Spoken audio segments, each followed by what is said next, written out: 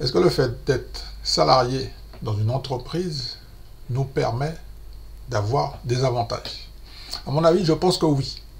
C'est très important de comprendre que le fait de recevoir un salaire tous les mois, c'est un gage de sécurité. Déjà, d'une part, je félicite toutes les personnes qui sont salariées. Oui, je les félicite, je vous félicite toutes les personnes qui sont salariées sur cette chaîne. À mon avis, il y en a beaucoup. Dites-moi en commentaire dans quel secteur d'activité vous êtes dans le salariat. De mon point de vue, il y a deux axes.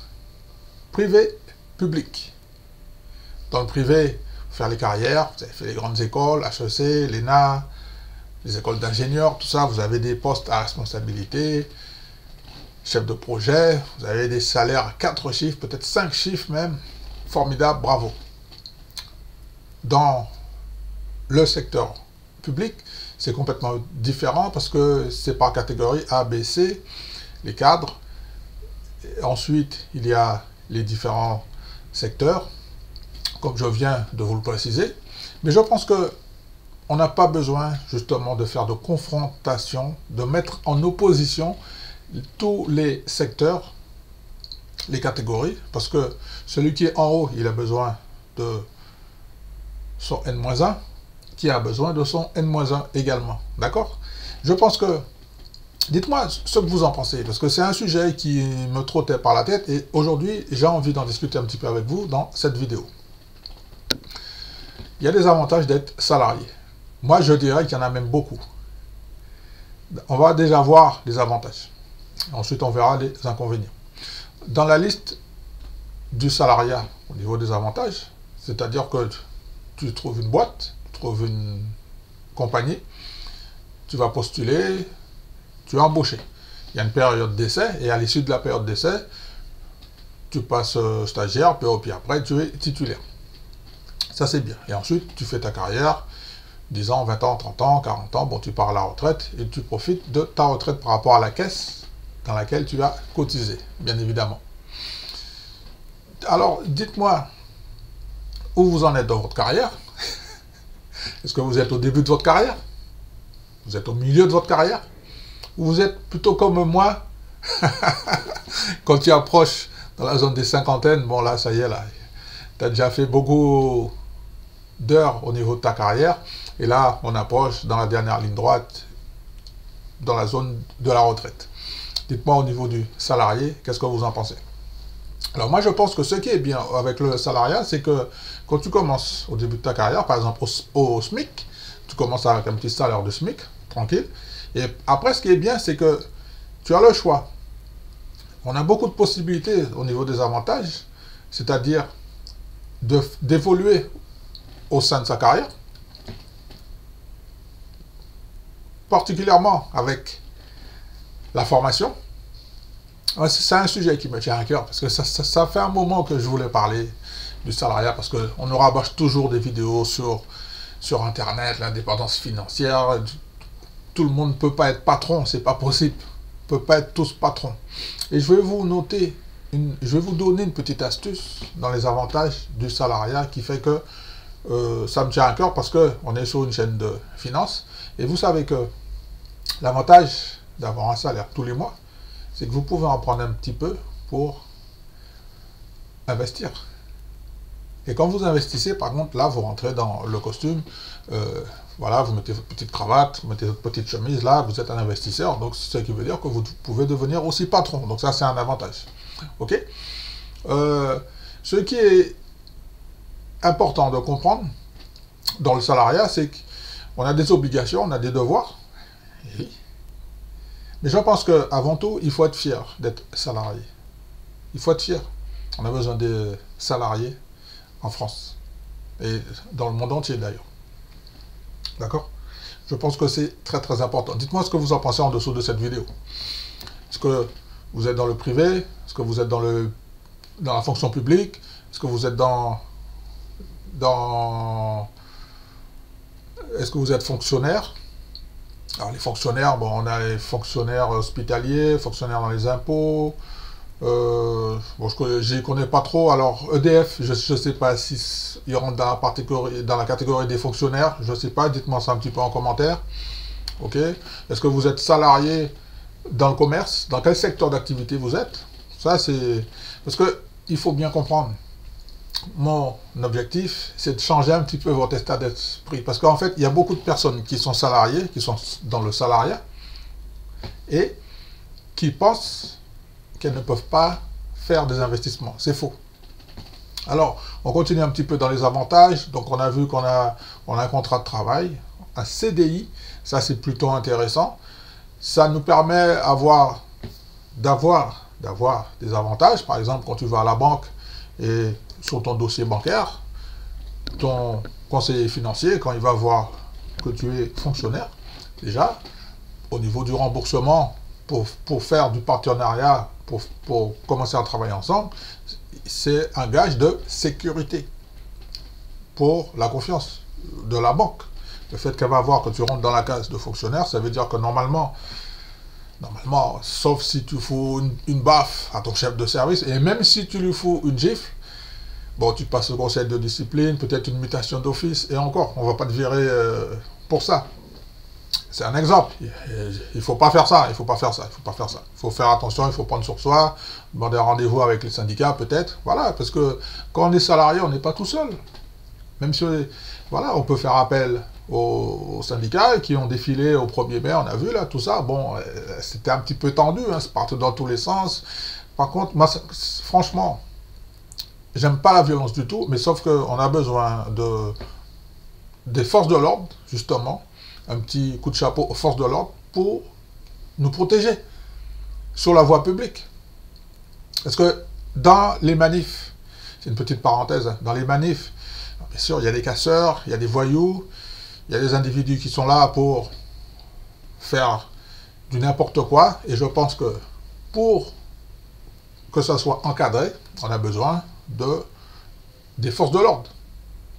Et il faut être fier d'être salarié dans les forces de l'ordre. Tu vois, par exemple, au niveau des expériences du salariat, qu'est-ce que vous avez déjà fait comme métier? Alors, moi, à mon petit niveau, bah, alors je remonte dans... Alors, j'ai été jardinier. Qu'est-ce que j'ai fait d'autre? J'ai été dans le secteur du bâtiment. Ah, j'ai fait de la sécurité. Ah, ça n'a pas marché parce que ça ne m'a pas plu. J'ai été chauffeur aussi. Ah, j'ai fait quoi encore? J'ai travaillé... Ah oui, j'ai été serveur, mais dans un truc de traiteur pour une boîte de... Franchement, ça cartonnait. Alors, la partie moins plaisante, c'est quand j'ai travaillé pour une société dans le secteur de nettoyage industriel. Ah, ça, c'était chaud, mon pote. Ah, mais c'est un truc que j'avais pas encore...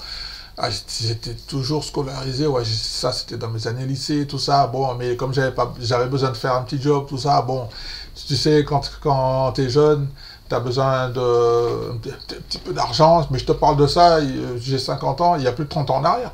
Maintenant, bon, la situation a un petit peu changé, c'est un petit peu plus différent.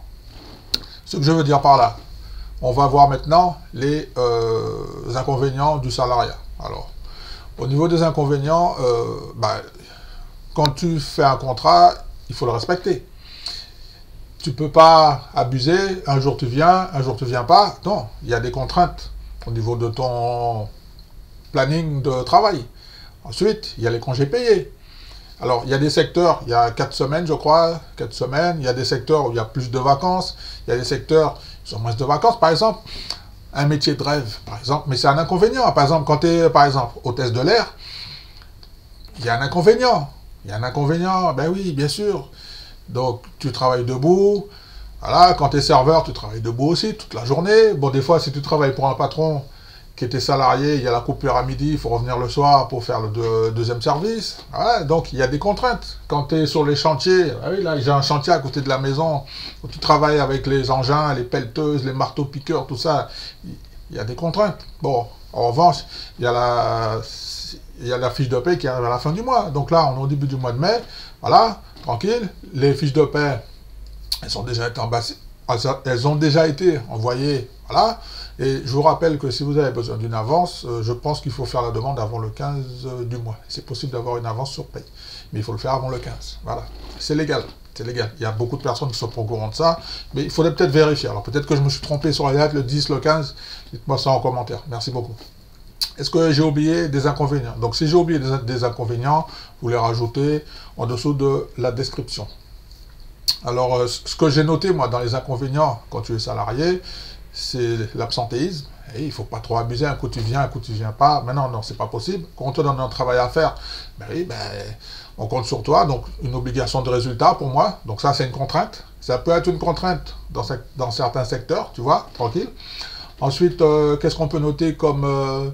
alors, par exemple, il y a certaines personnes, par exemple, bon, ils ont passé les concours, voilà, ils sont sur un certain poste, puis toute leur carrière, ils ne veulent pas évoluer parce que ils préfèrent avoir une petite vie tranquille, ils ne sont pas trop carriéristes. Donc ça peut être un inconvénient aussi, par exemple. Dites-moi ce que vous en pensez.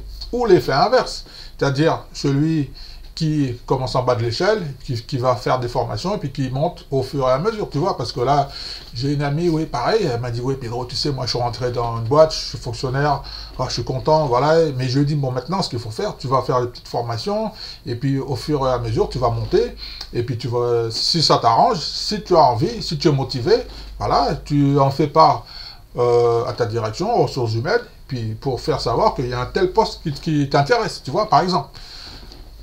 Voilà un petit peu ce que je voulais vous dire dans le secteur du salariat. Nous sommes en France, on a beaucoup de protection, on a beaucoup de syndicats qui protègent le salariat. On a les syndicats qui sont là. Bon, bien sûr, c'est pas toujours super. Bon, après, il y a de la pénibilité. Il y a toujours des problèmes, mais je pense que le système, il peut toujours s'améliorer. Je suis d'avis de vous dire d'avoir toujours une positive attitude. En revanche, ce qui est bien avec ce qui est très bien avec le salariat, mais je ne sais pas si c'est un avantage ou un inconvénient, par exemple, alors, quand tu as ton concours, bon, tu as ton affectation. Bon, j'ai une amie, par exemple, elle est de la Martinique, elle est venue ici en vacances passer le concours, elle est repartie. Sauf qu'elle a eu son affectation en France. Il m'a dit, voilà madame, vous êtes affectée sur tel poste, vous commencez le 1er septembre. Elle était venue en vacances juillet-août, voilà, elle est repartie là-bas, et elle a dû refaire demi-tour pour prendre le poste. Donc ça peut être un inconvénient au niveau de la situation géographique. Mais avant de pouvoir postuler sur un poste, je pense que la personne, le salarié justement, il a fait toutes ses recherches, voilà. Après, quand on est en couple, il peut avoir le mari qui travaille dans le sud de la France, et la femme, elle est au foyer, à la maison, elle s'occupe des enfants, tout ça, bon, parce qu'il a un très bon salaire, voilà, bon, donc ça peut être, ou même aussi, il y a les mutations, on t'offre un poste que tu attendais depuis des années, et puis finalement, on te dit, bon, voilà, monsieur, le poste, il y a un poste qui s'est libéré, vous habitez à Paris, mais on te dit, par exemple, qui s'est libéré à Montpellier. Qu'est-ce que tu fais? Ben, c'est une opportunité, donc je pense qu'il y a des avantages, il y a des inconvénients. Le débat n'est pas de mettre en opposition les patrons et les salariés les salariés. Je pense qu'on doit trouver un équilibre pour pouvoir tous ensemble travailler la main dans la main. N'oublions pas que nous sommes dans une période où c'est possible de faire des petits investissements. On est sur une chaîne de finances, ça sera le thème de cette vidéo en même temps, parce que comme je vous l'ai expliqué, je fais un petit résumé. Bon, le salariat, c'est bien. Sécurité de l'emploi. On peut évoluer au niveau de sa carrière. On peut faire un projet immobilier. Et bien sûr, parce que quand tu vas à la banque avec une fiche de présentation qui te dit que tu es salarié, en CDI, voilà, donc ça peut être un avantage. Bon, bien sûr, il y a des cours de métier qui sont très techniques. Dites-moi ça en commentaire. Est-ce que on vous fait des missions? Et vous savez quoi? J'ai un pote. Lui, par contre, il est toujours en contrat pour un conseil régional. Chaque année, depuis une vingtaine d'années, ils lui font un contrat de 1 an. Chaque année, ils ont renouvelé. Bon, bien sûr, il y a la petite contrainte, mais en même temps, ça existe. Est-ce que c'est un cas isolé? Je ne le crois pas. Non, c'est un système qui est en place, et je pense que Est-ce que c'est au système de s'adapter à nous ou pas? Je pense que nous devons avoir plusieurs options et aller dans une direction qui nous correspond. L'avantage qu'il y a certains secteurs où on peut faire une petite carrière. La catégorie C, peut-être dans la catégorie B, évoluer un petit peu par la suite, et puis pourquoi pas finir dans la catégorie B. Dans la catégorie A, pardon. Bien sûr, oui, c'est possible. Dans le secteur privé, et bien sûr, bon là, c'est complètement différent. Voilà, vous travaillez pour un grand groupe, vous avez les avantages qui vont bien, mais en contrepartie, eh oui, vous devez faire du chiffre d'affaires, vous avez des obligations de résultats, on va vous mettre la pression. Ben, bien sûr, ben oui, c'est normal, c'est comme ça que ça fonctionne. Voilà. Donc, j'espère que j'ai un petit peu fait le tour sur le thème fier du salariat. C'était le thème de cette petite vidéo aujourd'hui. Si j'ai oublié des trucs, merci de les rajouter en dessous de cette vidéo. D'accord? Merci beaucoup. C'était une petite vidéo très très rapide sur le thème fier du salariat. Alors j'ai une petite question à vous poser maintenant. Est-ce que vous êtes fier d'être dans le salariat? De mon côté, je suis très très fier d'être dans le salariat. C'est mon point de vue. Merci beaucoup d'avoir regardé cette petite vidéo. Dites-moi, est-ce qu'il y a un thème qui vous intéresse pour avoir une petite discussion rapide, un petit quart d'heure, 20 minutes, sur un thème qui vous intéresse? Donc dites-moi tout ça en dessous de la vidéo. Merci beaucoup d'avance. Sur ce, je vous dis que c'était Pedro pour la chaîne Cash Dividende.